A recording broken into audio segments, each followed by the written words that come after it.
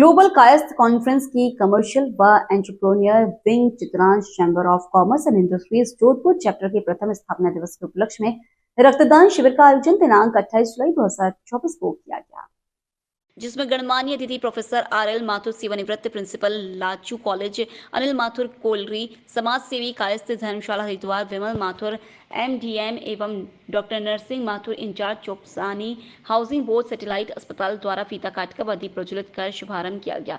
सेवानिवृत्त SN medical college के principal doctor Arvind Mathur, Kayastha general Sabha के अध्यक्ष नरेश माथुर, दिलीप माथुर व मनोज माथुर, प्रवीण भागवान चंद, मीणा राजेश्वर लाल अरुणा द्वारा भी शिरकत की गई व दीपेश भटनागर प्रदेश सचिव, गुंजन माथुर महासचिव, आशुतोष माथुर प्रदेश सचिव राजस्थान द्वारा विशेष अतिथियों को सम्मानित कर पौधे भेंट कर स्वागत किया गया। रक्तदान शिविर के संयोजक गौरव माथुर, हर्षल माथुर और गिरीश माथुर ने रक्तदान शिविर की सारी व्यवस्था का संचालन किया। संयोजक गौरव माथुर ने बताया कि सुधांशु माथुर ने 31वीं एवं दीपेश भटनागर ने 13वीं बार रक्तदान किया और जया भौरा ने अपने जन्मदिन पर रक्तदान कर एक अनूठी मिसाल पेश की।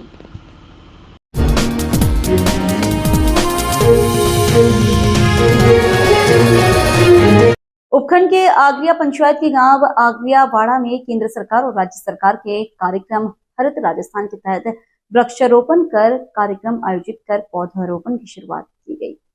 कार्यक्रम राज्य की प्राथमिक विद्यालय आगरिया वाड़ा के विद्यालय परिसर और राजकीय उच्च माध्यमिक विद्यालय के खेल मैदान परिसर में 201 पौधे लगाकर के वृक्षारोपण किया गया। वृक्षारोपण के इस कार्यक्रम के शुभारंभ के अवसर पर गोपाल बच्च, mining engineering Narendra Singh Chundawat, CBEO Lakshmi Narayan Meena, विकास अधिकारी पंचायत समिति श्याम सिंह राठौर, अध्यक्ष पर्यावरण विकास संस्थान और सुरेंद्र सिंह शक्तावत, थानाधिकारी आमेट, राम अवतार मीणा, अतिरिक्त ब्लॉक शिक्षा अधिकारी राजू देवी, जिला परिषद सदस्य रुक्मणी देवी, सरपंच ग्राम पंचायत आगरिया आशा देवी चौहान, सचिव बग्गा राम पटवारी, मदन लाल पुरोहित, अध्यक्ष पेंशनर समाज संघ आमिर की उपस्थिति में हुआ।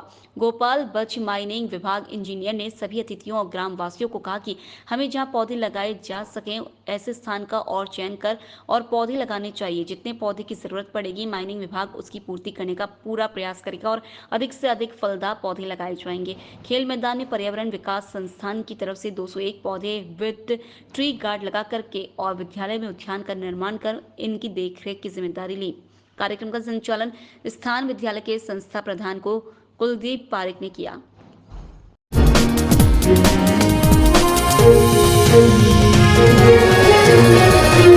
सावन के दूसरे सोमवार को गलता धाम से जयपुर शहर के अनेकों शिव मंदिरों में विशाल कावड़ व कलश यात्रा निकाली गई। ऐसे में बदनपुरा में स्थित प्राचीन गणेश जी के मंदिर में भी कावड़ व कलश यात्रा लाई गई। मंदिर के महंत राजाराम शरणदास जी महाराज ने बताया कि कावड़ व कलश यात्रा का बदनपुरा के मुख्य मार्गों पर भक्तों के द्वारा फूलों की वर्षा का स्वागत किया गया। कावड़ यात्रा में बोल बम उद्घोष के नारों के साथ बड़े व छोटे शिव भक्तों ने कावड़ उठाकर मंदिर में भोले बाबा को जल चढ़ाया। इसके बाद महाआरती कर कावड़ यात्रा का समापन किया गया। पत्रकार एकता एसोसिएशन उत्तर प्रदेश द्वारा नवागत SP हरदोई को दी उज्जवल भविष्य की शुभकामनाएं। जनपद हरदोई के तेज तर्रार नवागत पुलिस अधीक्षक नीरज कुमार जादौन को बधाई देने वालों का लगा तांता। संगठन के राष्ट्रीय अध्यक्ष सत्यपाल सिंह ने प्रदेश स्तरीय पदाधिकारी एवं मंडल स्तरीय और जिला स्तर के सम्मानित पदाधिकारियों पत्रकार साथियों के साथ पहुंचकर बुके, फूलमाला और शॉल ओढ़ाकर दी गई शुभ एवं मंगल कामनाएं। पत्रकार एकता एसोसिएशन उत्तर प्रदेश द्वारा नवागत SP हरदोई को दी उज्जवल भविष्य की शुभकामनाएं। जनपद हरदोई के तेज तर्रार नवागत पुलिस अधीक्षक नीरज कुमार जादौन को बधाई देने वालों का लगा तांता। संगठन के राष्ट्रीय अध्यक्ष सत्यपाल सिंह ने प्रदेश स्तरीय पदाधिकारी एवं मंडल स्तरीय और जिला स्तर के सम्मानित पदाधिकारियों पत्रकार साथियों के साथ पहुंचकर बुके, फूलमाला और शॉल ओढ़ाकर दी गई शुभ एवं मंगल कामनाएं।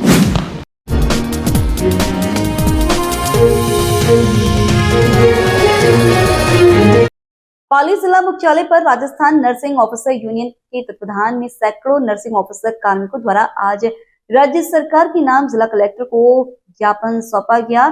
उसके तुरंत इस प्रभाव से उनकी मांगों पर गौर करने की मांग की। ज्ञापन में बताया कि लंबे समय से यह नर्सिंग अधिकारी एवं कार्मिक कम वेतन में अपनी सेवाएं दे रहे हैं। तुरंत प्रभाव से इन नर्सिंग कर्मचारी एवं अधिकारियों के वेतन में बढ़ोतरी की जाए। साथ ही भविष्य में राज्य में भर्ती में अन्य सरकारी कैलेंडर में नर्सिंग ऑफिसर के पद भरे जाते हैं तो कार्यरत नर्सिंग ऑफिसर को प्रथम परीक्षा दी जाए।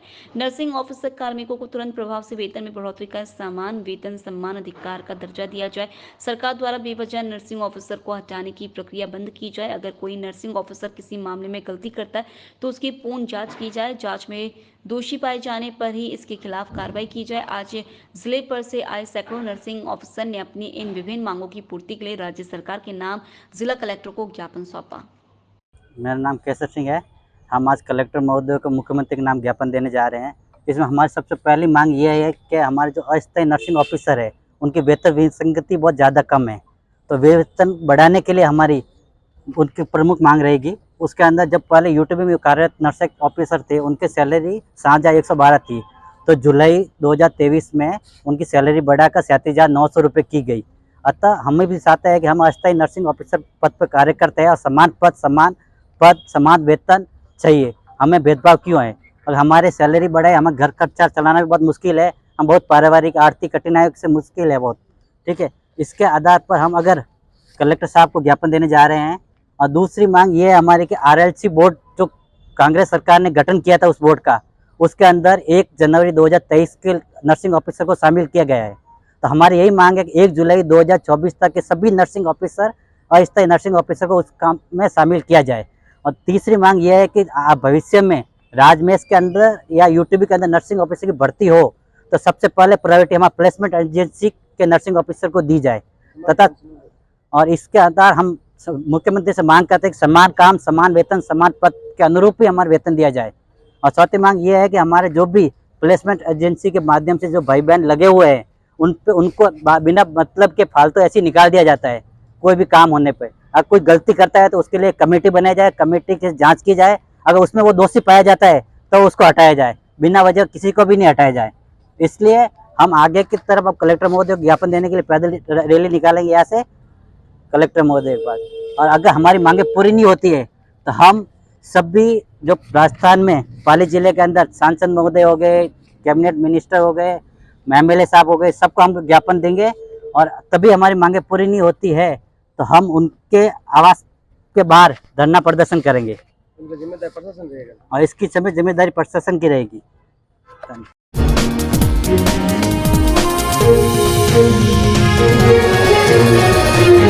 मारवाड़ जंक्शन महात्मा गांधी विद्यालय 4 कमरों की गिरी बरामद छत मामले में प्रशासनिक अधिकारियों ने किया विद्यालय का निरीक्षण।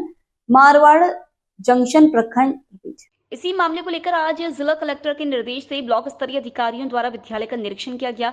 ब्लॉक शिक्षा अधिकारी शंकर सिंह उदावत ने बताया कि कल विद्यालय में गिरे 4 कमरों की छत, बरामदा और गैलरी मामले में आज स्थानीय जनप्रतिनिधियों, विद्यालय स्टाफ, एक प्रशासनिक अधिकारियों ने विद्यालय का निरीक्षण कर आवश्यक बैठक आयोजित की गई। बैठक में विद्यालय की कक्षा कमरों एवं हादसे के नीचे गिरे सभी कमरों के पुनः निर्माण के लिए प्रस्ताव पारित किया गया है। नए कमरों के भवन निर्माण के लिए 25 लाख रुपए का प्रस्ताव बना, उच्च अधिकारियों को प्रतिष्ठित किया गया। गौरतलब है कि कल एक साथ इस विद्यालय के 4 कमरों के छत, गैलरी और बरामदा गिरने से अफरा तफरी मच गई थी। सच्ची रिपोर्ट नेशनल न्यूज चैनल द्वारा इस खबर को प्रमुखता से 4 बार प्रसारित करवाया गया था, फिर भी प्रशासन की नींद नहीं खुली थी। यह तो गनीमत रही कि कल अवकाश होने की वजह से कोई बड़ा हादसा नहीं हुआ। आज प्रशासनिक अधिकारियों द्वारा घटनास्थल का निरीक्षण कर तुरंत प्रभाव से गिरे भवन कमरों का मलबा हटाने, नए कमरे बनवाने का प्रस्ताव बना, उच्च अधिकारियों को अवगत करवाया गया और जीर्णशीर्ण भवन स्थल पर आवाजाही बंद की गई। सर, महात्मा गांधी विद्यालय में कल 4 कमरों के आगे बालकनी और छत गिरी है, आपके द्वारा अभी निरीक्षण किया गया है। सर, क्या प्रस्ताव लिए गए हैं? मेरे द्वारा कल निरीक्षण किया गया था और इसकी मरम्मत के लिए 25 लाख के लगभग का बजट भी आवंटित हो रखा है। पट्टियां टूट गई थी 1 तारीख को, उसके बाद में मैंने प्रिंसिपल को निर्देश दिए कि उसको पूरा बंद कर दें और जेई ने भी उसका दौरा किया था। आज संस्था के और अधिकारी और एएन वगैरह आ रहे हैं, उनसे ये कह के कहेंगे कि 4 कमरे टूट गए हैं, 2 की भी हालत खराब है, तो पूरी की पूरी उस भवन को जमींदोज करने का प्रस्ताव दिया जाए। हमने कल मीटिंग में भी ये प्रस्ताव ले लिया था।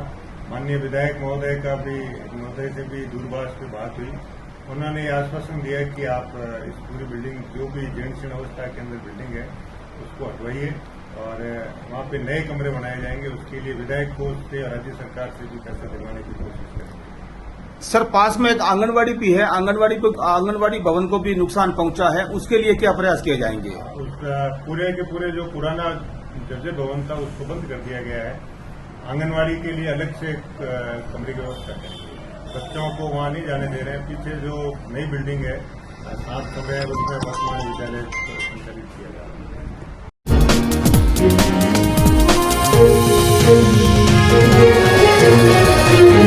जिले के मारवाड़ जंक्शन थानाधिकारी सरोज बैरवा के नेतृत्व में थाना परिसर के पास रह रहे कबाड़ बिनने वाले भाई बहनों को स्कूल में दाखिला कर एक सुंदर विशाल मिसाल पेश की। थाना परिसर के पास रह रहे उक्त दोनों गरीब भाई बहन जिसकी मां का देहांत हो रखा है और पिता के साथ घोपड़ी बना थाना के पास ही रहता है। यह बच्चे क्षेत्र में कबाड़ बिनने प्लास्टिक बिन कार्य कर रहे थे जब थानाधिकारी सरोज बेरवा एवं तृतीय थानाधिकारी अमराराम मीणा एएसआई पुखराज गहलोत की नजर इन बच्चों पर पड़ी तो इन बच्चों के पिता को बुलाकर इन बच्चों के कपड़े पाठ्य पुस्तक की सामग्री की व्यवस्था कर इन बच्चों को सरकारी विद्यालय में दाखिला कराया। यकीनन पुलिस की इस पहल पर स्थानीय उपखंड प्रशासन, ब्लॉक शिक्षा अधिकारी एवं ग्रामीणों ने धन्यवाद अर्पित किया। थानाधिकारी ने बताया कि यह परिवार थाना के पास ही झोपड़ी में रहता है, कबाड़ बिनने का कार्य करता था। शिक्षा से वंचित इस दोनों बच्चों को स्कूल में दाखिला करा शिक्षा से जोड़ने के लिए पुलिस थाना मारवाड़ जंक्शन द्वारा यह एक सुंदर पहल की गई है।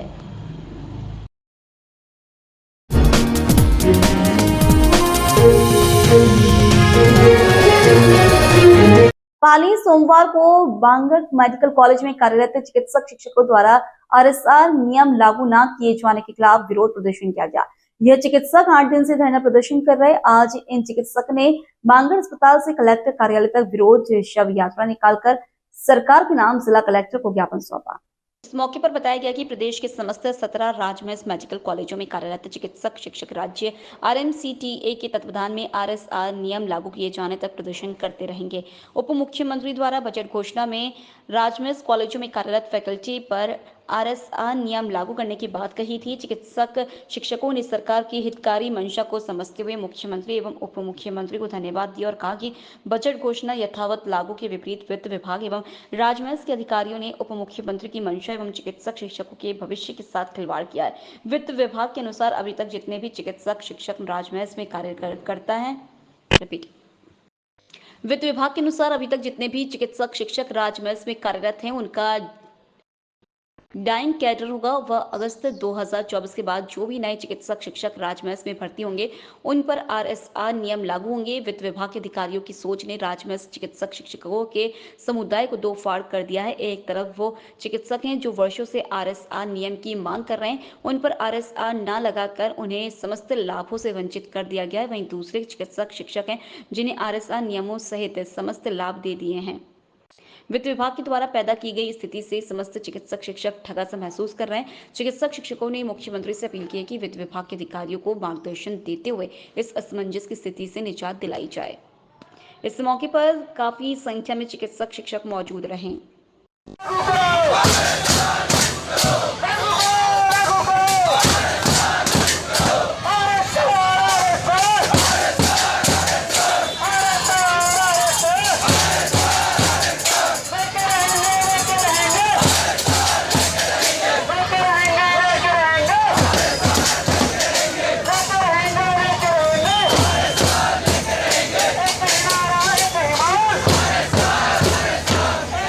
Doctor Sukhdev Chaudhary RMCT secretary Pali branch. आज हमारे जो RMCT पाली का जो आंदोलन है उसका 8वां दिन है। हमने सभी तरह की एक्टिविटीज़ करी जिसमें भजन कीर्तन किए, सदबुद्धि यज्ञ किए और पहले एक बार शव यात्रा भी निकाली हमारे, लेकिन कहीं सरकार को फर्क नहीं पड़ रहा है। इसलिए हमने आज ये तय किया है कि RMCT पाली ब्रांच सभी संगठनों को साथ में लेते हुए, जैसे उपचार है, IMA है, नर्सिंग एसोसिएशन है और अरिस्दा है, लैबोरेटरी एसोसिएशन है, सभी एसोसिएशन हमारे साथ है। और आज हम एक महास रैली का आयोजन कर रहे हैं जो बांगड़ हॉस्पिटल से रवाना होकर कलेक्ट्रेट जाएगी, वहाँ ज्ञापन देंगे कलेक्टर साहब को और उसके बाद वहाँ से होते हुए वापस बांगड़ हॉस्पिटल आएगी। इसी दौरान हम जो डाइंग कैडर है जो आरएम सिटी के एग्जिस्टिंग फैकल्टी है उसको डाइंग कैडर घोषित किया है, तो उसकी सब यात्रा भी हम साथ में निकालेंगे। धन्यवाद।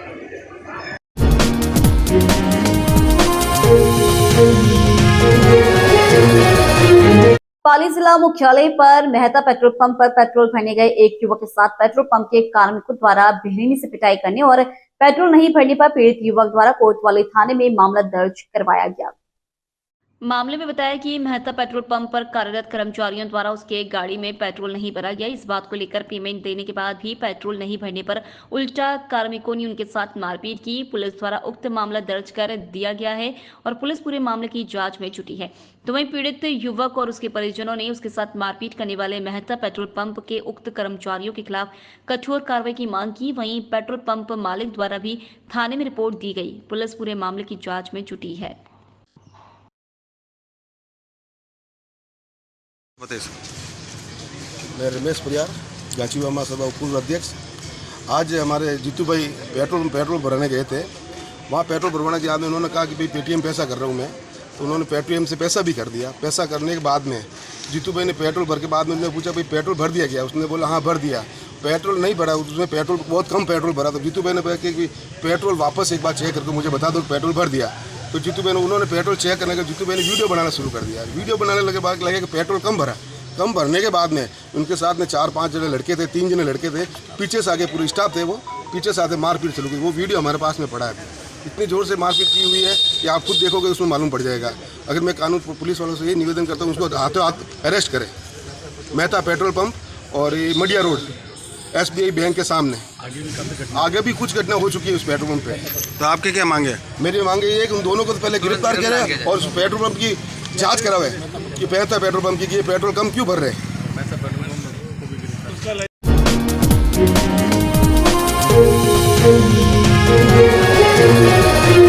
पाली जिला कलेक्टर के निर्देश से मुख्यमंत्री वृक्षारोपण अभियान के तहत जिले भर में समस्त विभागों में अभियान चलाया जा रहा है। इसी कड़ी में आज महिला बाल विकास विभाग मारवाड़ जंक्शन ब्लॉक प्रचेता तारा देवी की अध्यक्षता निर्देशन में राजकीय उच्च माध्यमिक विद्यालय परिसर पर मुख्यमंत्री वृक्षारोपण अभियान की शुरुआत की गई। इसके तहत महिला बाल विकास विभाग के तत्वाधान में वृक्षारोपण करवाकर छात्र छात्राओं को इसकी जिम्मेदारी सौंपी गई। साथ ही मुख्यमंत्री वृक्षारोपण अभियान में अपनी भागीदारी निभान जन जागरूकता अभियान में सहयोग करने की अपील की गई। साथ ही वृक्षारोपण की शपथ भी दिलाई गई। इस मौके पर अनेक आंगनबाड़ी कार्यकर्ता, आशा एवं विद्यालय स्टाफ भी मौजूद रहे।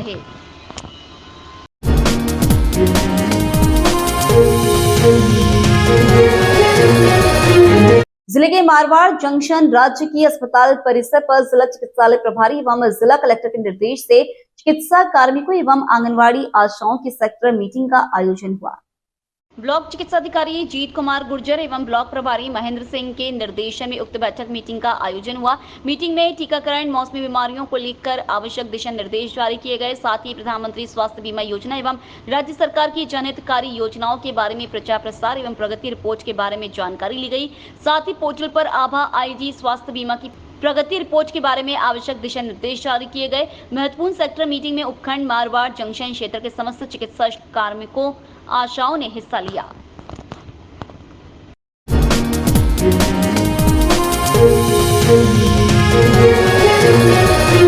आर्य समाज मंदिर महर्षि पाणिनि नगर जोधपुर की रजत जयंती विशाल आर्य सम्मेलन और 200 कुंडीय महायज्ञ की जन जागरण अभियान के तहत आज विशाल वाहन रैली का आयोजन किया गया। प्रधान वीरेंद्र जांगी ने बताया कि आमजन में पर्यावरण को बचाने और उसके शुद्धिकरण हेतु पिछले 25 वर्षों से आर्य समाज पाणिनि नगर प्रतिवर्ष श्रावण मास में वृष्टि यज्ञ का आयोजन करता है। इस बार आर्य समाज के संस्थापक महर्षि दयानंद सरस्वती की 200वीं जयंती है, जो पूरे देश भर में मनाई जा रही है। इसी कड़ी में दिल्ली में भी हुए विशाल आर्य महासम्मेलन में प्रधानमंत्री नरेंद्र मोदी जी, गृह मंत्री अमित शाह जी भी सम्मिलित हुए। इसके अलावा इस वर्ष आर्य समाज पाणिनि नगर मगरा पूंछला जोधपुर की भी रजत जयंती है। इस उपलक्ष्य में एक विशाल आर्य सम्मेलन भी 4 अगस्त को आयोजित किया जा रहा है, जिसमें गुजरात राज्यपाल आचार्य देवव्रत जी एवं केंद्रीय कला, पर्यटन व संस्कृति मंत्री गजेंद्र सिंह शेखावत ने भी बतौर अतिथि पधारने की स्वीकृति प्रदान की। इसी कड़ी में आज 28 जुलाई को विशाल वाहन रैली का आयोजन किया गया, जिसमें जोधपुर की सभी आर्य समाजों के पदाधिकारीगण, गणमान्य नागरिक, माताएं, बहनें, बुजुर्ग और आर्य वीर दल, जोधपुर के आर्य वीर वीरांगनाएं सम्मिलित हुए।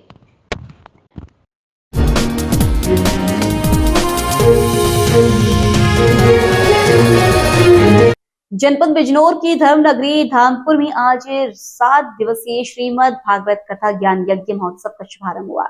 धामपुर नगर के शुभम मंडप में आयोजित 7 दिवसीय श्रीमद् भागवत कथा ज्ञान यज्ञ महोत्सव कार्यक्रम में वृंदावन से पधारे आचार्य संजीव वशिष्ठ जी महाराज द्वारा उपस्थित श्रद्धालुओं प्रतिदिन शाम 3 बजे से 6 बजे श्रीमद् भागवत कथा का संगीत में कराया जाएगा। कार्यक्रम का शुभारंभ आज धामपुर नगर में कलश यात्रा निकालकर किया गया, जिसमें बैंड बाजे के साथ नगर की बड़ी संख्या में श्रद्धालु महिलाओं द्वारा अपने सिर पर कलश रखकर कलश यात्रा की शोभा को बढ़ाया गया। आज लगभग प्रातः 11 बजे शुभम मंडप धमपुर से आरंभ हुई कलश यात्रा नगीना चौक मोहल्ला साहुवान खारी कुआं सरदार भगत सिंह चौक बाजार कला फल चौक मोबाइल मार्केट सुभाष चौक होते हुए शुभम मंडप पर जाकर समाप्त हुआ। प्रतिदिन होने वाले इस धार्मिक कार्य में 7 दिनों तक नगर के समाज सेवी एवं भारतीय जनता पार्टी के युवा नेता वीरेंद्र रस्तोगी द्वारा यजमान की भूमिका निभाई जाएगी।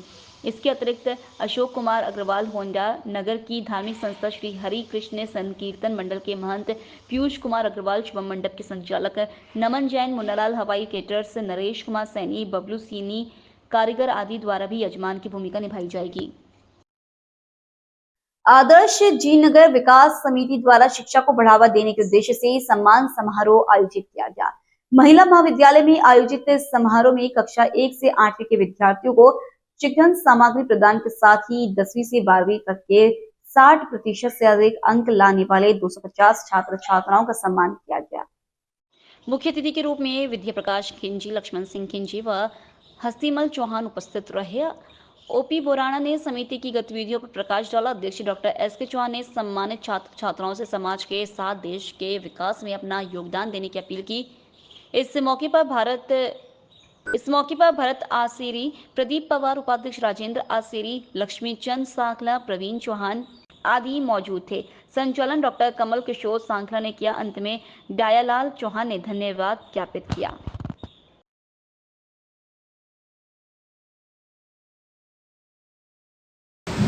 जीनकर समाज के 1ली से 8वीं तक के जितने भी विद्यार्थी हैं उनको आदर्श जीनकर विकास समिति जोधपुर के तत्वाधान में शिक्षण सामग्री का वितरण किया गया।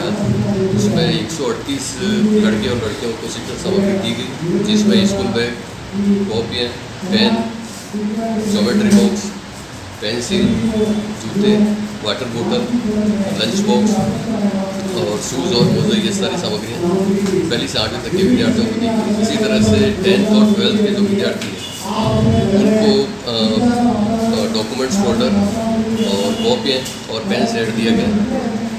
10th और 12th के जो संकाय वाइज जो वरीयता सूची में जो लड़के और लड़कियाँ थी उनको विशेष रूप से सम्मानित किया गया और 10th और 12th के करीब 105 विद्यार्थी थे, उनको फोल्डर और पेन और कॉपियाँ देकर सम्मानित किया गया। और साइंस संकाय में लड़कियों ने वरीयता प्राप्त की। इसी तरह से कॉमर्स में जो बॉयज़ हैं उन्होंने वरीयता प्राप्त की और आर्ट्स में गर्ल्स ने 10th क्लास में लड़कियों ने हाईएस्ट परसेंटेज प्राप्त की है और 1ली से 8वीं तक के कुल 138 विद्यार्थियों को शिक्षण सामग्री।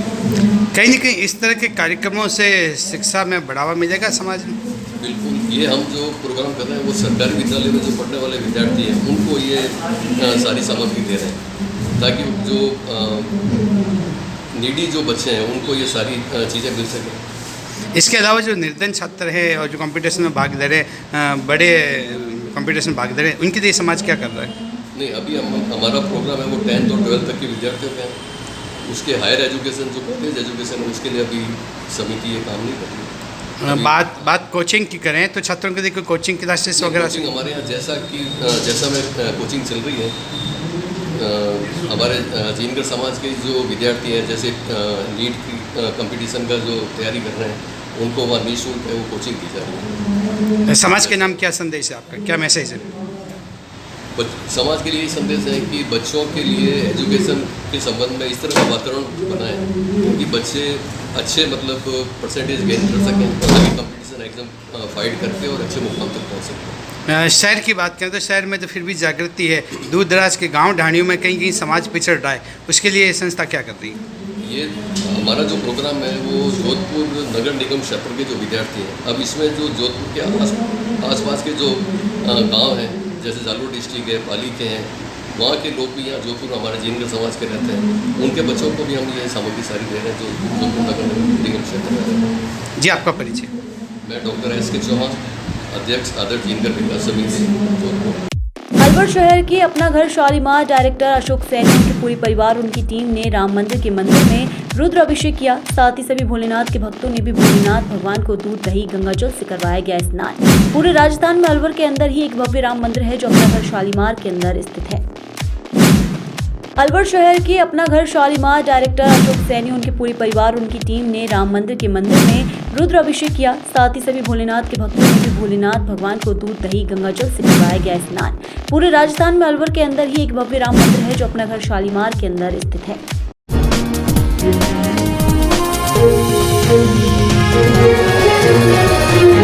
हवामेल विधानसभा के जयसिंहपुरा खोर सोमवार को दोपहर में जेडीए के दस्त के दौरान शिव मंदिर की दीवारों व सीढ़ियों को तोड़ा गया। विरोध में बड़ी संख्या में लोग मंदिर में एकत्र हो गए और जेडीए प्रशासन के खिलाफ जमकर नारेबाजी की। मंदिर के पुजारी त्यागी महाराज ने बताया कि जेडीए के दस्त के दौरान इस तरह की कार्यवाही से आज पूरा हिंदू समाज में आक्रोशित है। जेडीए के अधिकारियों को माफी मांगनी चाहिए। क्षेत्रवासियों के द्वारा विरोध करने पर झूठे मुकदमे में फंसाने की धमकी भी दी गई। आपको दिखा रहे हैं ना, देख लीजिए, आपको दिखा रहे हैं।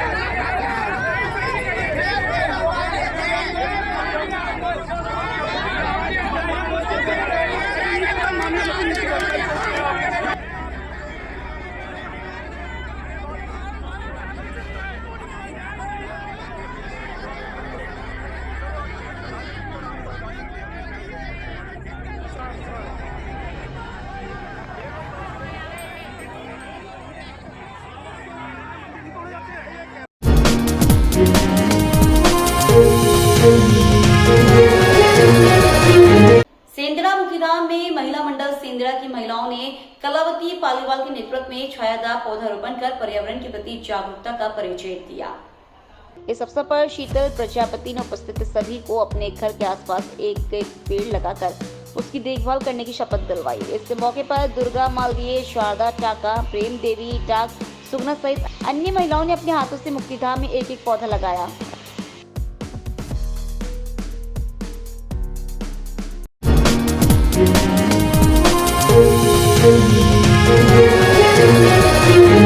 आनंदपुर कालू में पजवार हल्का 2 में खसरा नंबर 1062 में किसान तेजाराम डिडेल के खेत के पास वाले किसान पूसाराम माली ने अपने खेत में बोई हुई मूंग की फसल में कचरा जलाने की दवाई का छिड़काव किया, जिससे उस दवा का असर किसान तेजाराम डिडेल में खेत में बोई हुई ज्वार की फसल पर पड़ा, जिससे किसान तेजाराम डिडेल के खेत में बोई हुई ज्वार की फसल में नुकसान पहुंचा। जिसकी सूचना व किसान तेजाराम डिडेल ने अधिकारियों से फसल में नुकसान होने पर मुआवजे की गुहार लगाई।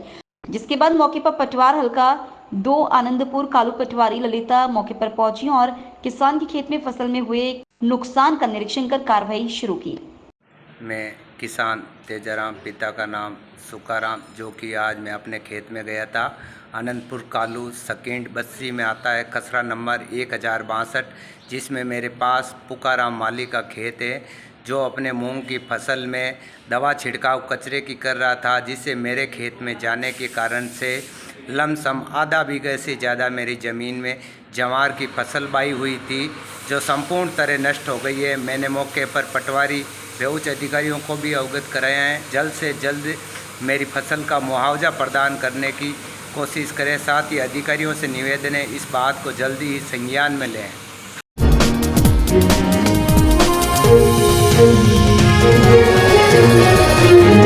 डॉक्टर सर्वपल्ली राधाकृष्णन राजस्थान आयुर्वेद विश्वविद्यालय जोधपुर के कुलपति प्रोफेसर वैद्य प्रदीप कुमार प्रजापति की अध्यक्षता में 3 दिवसीय इंस्टीट्यूशनल रिसर्च कमेटी की बैठक का आयोजन किया गया। बैठक में उपस्थित सदस्यों एवं छात्र छात्राओं को संबोधित करते हुए कहा कि इस बैठक का उद्देश्य हमारे संस्थान में जारी सभी शोध परियोजनाओं की स्थिति का आकलन करना और उन्हें और बेहतर बनाने के लिए आवश्यक कदम उठाना है। उन्होंने आगे कहा कि नई शोध परियोजनाओं के लिए अनुदान और संसाधनों का वितरण भी हमारी प्राथमिकता में रहेगा। बैठक के दौरान विभिन्न विभागों से आए शोधकर्ताओं ने अपनी परियोजनाओं की अपडेट प्रस्तुत की और अपने अनुभव साझा किए। इस अवसर पर विश्वविद्यालय के कुलसचिव प्रोफेसर गोविंद साय शुक्ल ने कहा कि विश्वविद्यालय स्तर पर छात्र छात्राओं को शोध कार्यों के लिए उचित अनुदान राशि दी जाएगी। कमेटी के चेयरमैन एवं प्राचार्य प्रोफेसर महेंद्र कुमार शर्मा ने कहा कि हमारे स्नातकोत्तर छात्रों द्वारा किए जा रहे ये शोध कार्य न केवल उनकी अकादमिक यात्रा में महत्वपूर्ण है बल्कि समाज के समग्र विकास में भी अहम भूमिका निभाते हैं। उन्होंने आगे कहा कि विश्वविद्यालय इन शोध परियोजनाओं को आवश्यक संसाधन और समर्थन प्रदान करेगा ताकि छात्र अपने शोध को सफलतापूर्वक पूरा कर सके। कमेटी के कार्यकारी सचिव दिनेश चंद्र शर्मा ने बताया कि 3 दिन चलने वाली बैठक में अखिल भारतीय आयुर्वेद संस्थान नई दिल्ली के शोध सलाहकार डॉक्टर अनिल कुमार द्वारा पहले दिन शरीर रचना क्रिया शरीर भृत्य एवं काय चिकित्सक के छात्र छात्राओं के शोध कार्यों का परीक्षण किया गया, जो आपको किसी भी लेवल पर हारने नहीं देगा, पीछे हटने नहीं देगा। इन चीजों को ध्यान में रखते हुए हमारे रिसर्च प्रोजेक्ट इस बार रिगरस होंगे। सबको बता रहे हैं रिगरस होंगे, सबका इन्वॉल्वमेंट चाहिए, 100% चाहिए, क्योंकि 1.5 साल से ट्रेनिंग दे रहे हैं। सबकी ट्रेनिंग हो चुकी है, कई मैटर्स में ट्रेनिंग हो चुकी है। सर एक भी पॉइंट में कोई भी हो तो पास मत करिए उनको, क्योंकि अब हमें बिल्कुल 100% अप टू डेट और 100% मार्किंग के साथ रिसर्च प्रपोजल चाहिए। वो जो माना गया कि चल जाता है, देख लेंगे, ये जो सिस्टम थे ना अपने आयुर्वेद में खत्म हो गए, अब उसका कोई वैल्यू नहीं। इसलिए आपको 100% अप टू डेट होना पड़ेगा, according to the present context होना पड़ेगा और आपको आउटकम देना है।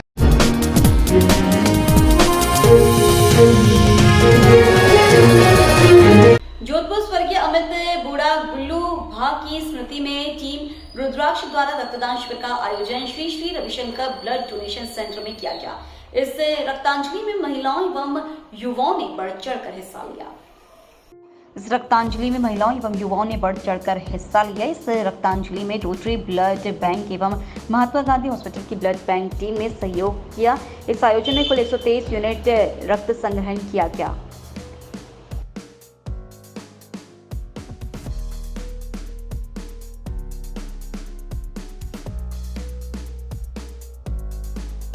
बूढ़ा जी की स्मृति में आज ये जो ब्लड डोनेशन कैंप रखा है, इसमें हमारे साथ में Vande Bharat, Jodhpur blood donors, royals और आदर्श शर्मा, इन सब की संस्थाओं का पूरा साथ रहा और ब्लड डोनेशन कैंप बहुत अच्छा चल रहा है। इसमें बढ़ चढ़ के लोगों ने रक्तदान किया है, चाहे वो महिलाएं हो चाहे पुरुष हो, बराबर दोनों रक्तदान कर रहे हैं। और मैं लोगों से यही अपील करूंगा कि रक्त कोई किसी फैक्ट्री में बनता नहीं है, एक व्यक्ति दूसरे व्यक्ति को दान कर सकता है, तो ज़्यादा से ज़्यादा रक्तदान करें और इस मुहिम को आगे बढ़ाएं। 67 के करीब हो गया है और हमारी जो टारगेट है वो 100+ का है, जो आसानी से हो जाएगा।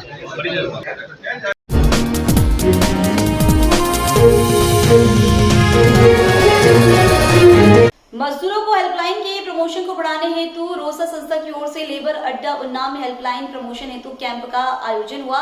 कैंप अध्यक्षता बिंदा लाल चौहान, जिला समन्वयक, जिला पलायन स्रोत केंद्र उन्नाव की अध्यक्षता में किया गया।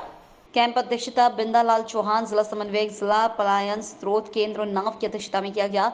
आयोजित कैंप में विस्तार पूर्वक जानकारी दी गई, जिसमें लेबर कार्ड के बारे में व सोशल सिक्योरिटी स्कीमों की जानकारी के साथ साथ नॉन पेमेंट ऑफ वेजेस से संबंधित जानकारी प्रदान की। मजदूरों ने भी संस्था के कार्यकर्ताओं से अपनी समस्या साझा किया और उन्होंने भी संस्था के प्रति आभार प्रकट किया। कैंप में रोसा संस्था से फील्ड ऑफिसर दीपक कुमार, फूलचंद दिवाकर एवं जनसाथी रंजीत कुमार उपस्थित रहे।